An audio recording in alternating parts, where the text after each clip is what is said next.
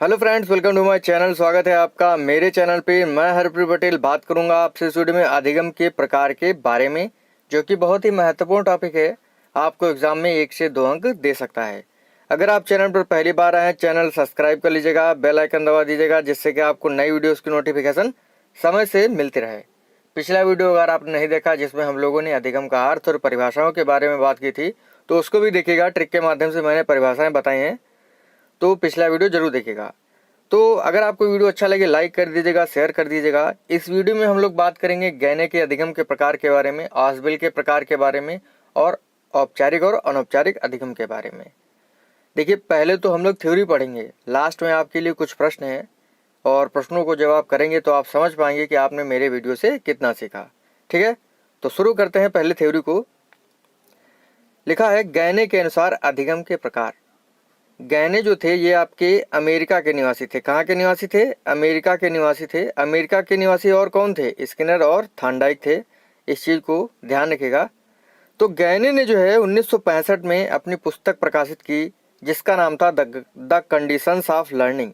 ठीक है, इसमें अधिगम के 8 प्रकार या कह सकते हैं 8 स्तर बताए। इसी वजह से जो इनका सिद्धांत है वो अष्टपदी सोपान की सिद्धांत कहलाता है।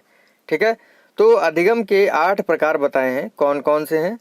संकेत अधिगम, उद्दीपक अनुक्रिया अधिगम, श्रृंखला अधिगम, शाब्दिक सहचर्य अधिगम, विभेदात्मक अधिगम, संप्रत्यय अधिगम, नियम अधिगम और समस्या समाधान अधिगम। तो ये 8 स्तर बताए हैं अधिगम के, और ये जो होते हैं ये सरल से कठिन की ओर होते हैं। और इन्होंने अपने अधिगम स्तरों को सिद्ध करने के लिए जो है इनको पिरामिड में रखा था। देख रहे होंगे आप, इस तरीके से रखा था।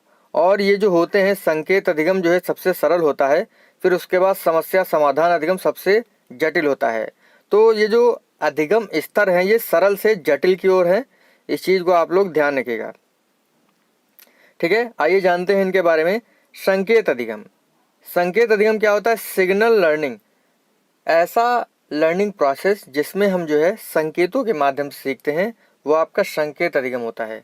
जैसे आपने पढ़ा होगा, आपको पढ़ाया गया होगा क्लासों में सिग्नल के बारे में। आपने देखा होगा ट्रैफिक सिग्नल जो होता है, उसमें जब लाल लाइट जलती है, रेड लाइट जलती है, तो आपको मतलब होता है क्या कि आपको रुकना है। ग्रीन जलती है लाइट तो आपको क्या होता है कि आपको चलना है। येलो जब लाइट जलती है तो आपको क्या करना होता है कि मतलब तैयार हो जाना है चलने के लिए। तो ऐसा अधिगम जिसमें हम संकेतों के माध्यम से सीखते हैं वो आपका संकेत अधिगम होता है। संकेत अधिगम जो है, गहने ने कहा, ये CR थ्योरी यानी अनुकूलित अनुक्रिया सिद्धांत से जुड़ा हुआ है। अगला है आपका उद्दीपक अनुक्रिया अधिगम। कह सकते हैं स्टिमुलस और रिस्पांस के द्वारा जिसमें सीखना होता है वो आपका होता है उद्दीपक अनुक्रिया अधिगम। जैसे आप छोटी क्लासों में जाते हैं तो छोटे बच्चों को सिखाने के लिए आप क्या करते हैं? रंगीन खिलौने, रंगीन जो है पेपर्स का यूज करते हैं। तो रंगीन चीज़ों को देख करके जो है बच्चे अनुक्रिया करते हैं और सीखते हैं। तो उद्दीपक और अनुक्रिया के माध्यम से जिस अधिगम में सीखा जाता है, यानी कह सकते हैं जिस अधिगम की प्रोसेस में सीखा जाता है उद्दीपक अनुक्रिया के द्वारा, वो आपकी उद्दीपक अनुक्रिया अधिगम कहलाता है। तो पहला आपका अधिगम कौन सा था? संकेत अधिगम। दूसरा था उद्दीपक अनुक्रिया अधिगम। इन पॉइंट्स को आपको ध्यान रखना है। तीसरा आपका है श्रृंखला अधिगम। कह सकते हैं क्रमबद्ध तरीके से सीखना जो है श्रृंखला अधिगम के अंतर्गत आता है। जैसे मान लीजिए जब आप हिंदी सीखने जाते हैं तो सबसे पहले क्या सीखते हैं? वर्णमाला सीखते हैं, छोटा बड़ा काखा काखा। उसके बाद जो छोटे शब्द सीखते हैं जैसे का और ला कल। फिर उसके बाद बड़े अक्षर सीखते हैं जैसे कमल। ठीक है, तो क्रमबद्ध तरीके से सीखना जो है श्रृंखला अधिगम के अंतर्गत आता है। तो पहला आपका कौन सा अधिगम था? संकेत अधिगम। दूसरा था उद्दीपक अनुक्रिया अधिगम। तीसरा था श्रृंखला अधिगम। चौथा था आपका शाब्दिक सहचर्य अधिगम। इसमें होता है जब आप जो है भाषा सीख लेते हैं तो भाषा के माध्यम से आप क्या करते हैं? छोटे छोटे वाक्य बनाना सीखते हैं, छोटी छोटी कविताएं कहानियां बनाना सीखते हैं। ठीक है, वर्बल एसोसिएशन लर्निंग। ठीक है, इस चीज को ध्यान रखिएगा। तो ये होते हैं आपके 4 अधिगम, और ये व्यवहारात्मक सिद्धांत पर आधारित है। इस चीज को आप लोग ध्यान रखिएगा। कौन कौन से? शाब्दिक सहचर्य अधिगम, श्रृंखला अधिगम, उद्दीपक अनुक्रिया अधिगम और संकेत अधिगम। ये व्यवहारात्मक सिद्धांत पर आधारित हैं। तो इनको ध्यान रखिएगा। अब हमारा 5वां नंबर है विभेदात्मक अधिगम, डिस्क्रिमिनेशन लर्निंग। इसमें क्या होता है कि अंतर करके पढ़ना, किसी चीज में अंतर करके पढ़ना, वो होता है आपका विभेदात्मक अधिगम। जैसे वृद्धि और विकास में अंतर करके सीखना, हम लोग जो है पढ़ते नहीं है एग्जाम, मतलब बाल विकास में पढ़ते हैं कि वृद्धि और विकास में क्या अंतर है। तो किसी भी चीज में अंतर करके सीखना जो होता है वो विभेदात्मक अधिगम होता है। अगला आपका है संप्रत्यय अधिगम, कॉन्सेप्ट लर्निंग। इसके अंतर्गत क्या होता है कि कॉन्सेप्ट के द्वारा सिखाना, जैसे भालू, शेर, चीता। इसके पीछे क्या कॉन्सेप्ट है कि ये जो है सभी जंगली जानवर हैं। तो कॉन्सेप्ट अधिगम आपका क्या होता है, मतलब किसी भी चीज को सिखाने के पीछे कॉन्सेप्ट होता है, तो कॉन्सेप्ट अधिगम यही होता है। अगला आपका होता है नियम अधिगम। नियम मतलब क्या होता है कि मतलब ऐसा लर्निंग प्रोसेस जिसमें हम नियमों के माध्यम से सीखते हैं, वो आपका नियम अधिगम होता है। जैसे मान लीजिए आयत का क्षेत्रफल क्या होता है, आयत का क्षेत्रफल क्या होता है, लंबाई गुणे चौड़ाई। तो आपको नियम बता दिया गया। अब आपको जो है एग्जाम्पल के रूप में क्या कहा जाता है कि आयत की लंबाई 5 सेंटीमीटर है और चौड़ाई आपकी 8 सेंटीमीटर है। तो आयत का क्षेत्रफल बताइए तो क्या होगा, लंबाई गुणे चौड़ाई कर दीजिए, 5 × 40 सेंटीमीटर 2 बार है, सेंटीमीटर का स्क्वायर। तो नियम के माध्यम से जब हम सीखते हैं वो नियम अधिगम के अंतर्गत आता है। तो लास्ट है आपका समस्या समाधान अधिगम, यानी समस्या को समाधान करते हुए सीखना जो होता है वो आपका समस्या समाधान अधिगम कहलाता है। ठीक है, तो आप समझ गए होंगे इनको। तो 8 स्तर बताए थे, कौन कौन से थे, संकेत अधिगम, उद्दीपक अनुक्रिया अधिगम, श्रृंखला अधिगम, शाब्दिक सहचर्य अधिगम, विभेदात्मक अधिगम, संप्रत्यय अधिगम, नियम अधिगम और समस्या समाधान अधिगम।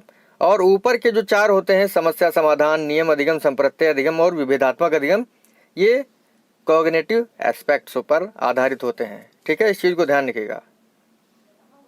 तो ये होते हैं अधिगम के 8 प्रकार।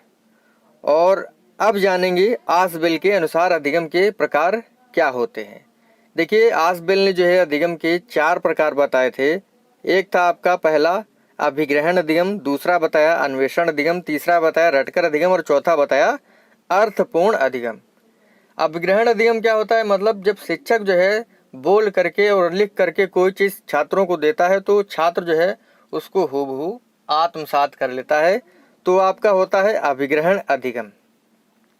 अधिकतर शिक्षक जो है अभिग्रहण अधिगम को रटकर सीखना कहते हैं।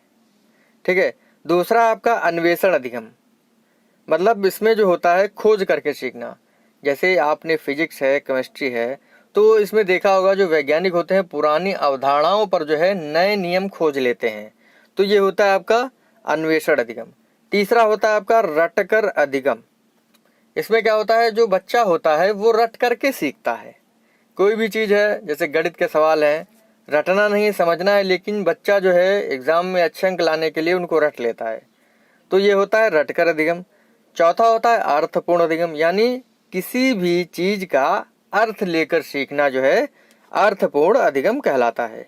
तो आसबेल ने अधिगम के 4 प्रकार बताए थे, इस चीज को आप लोग एकदम दिमाग में बिठा लीजिए। ठीक है, तो ये तो आसबेल के थे। और भी मनोवैज्ञानिकों ने प्रकार बताए, जैसे औपचारिक अधिगम और अनौपचारिक अधिगम। औपचारिक अधिगम क्या होता है, देखिए ऐसा अधिगम जिसमें नियम की बाध्यता होती है। ठीक है, नियम कानून की बाध्यता होती है, वो आपका होता है औपचारिक अधिगम। जैसे विद्यालय हो गया आपका, विद्यालय में जो है आपके लिए नियम कायदे कानून होते हैं, तो जहाँ पर नियम कायदे कानून होते हैं वो आपका होता है औपचारिक अधिगम। ठीक है, जैसे विद्यालय। अनौपचारिक, औपचारिक का उल्टा कह सकते हैं कि जहाँ पर जो है नियम कायदे कानून की बाध्यता नहीं होती है, वहाँ पर जो है अनौपचारिक अधिगम होता है। जैसे परिवार है, समाज है, टीवी है, मैगजीन है, इन चीज को आप लोग ध्यान रखिएगा।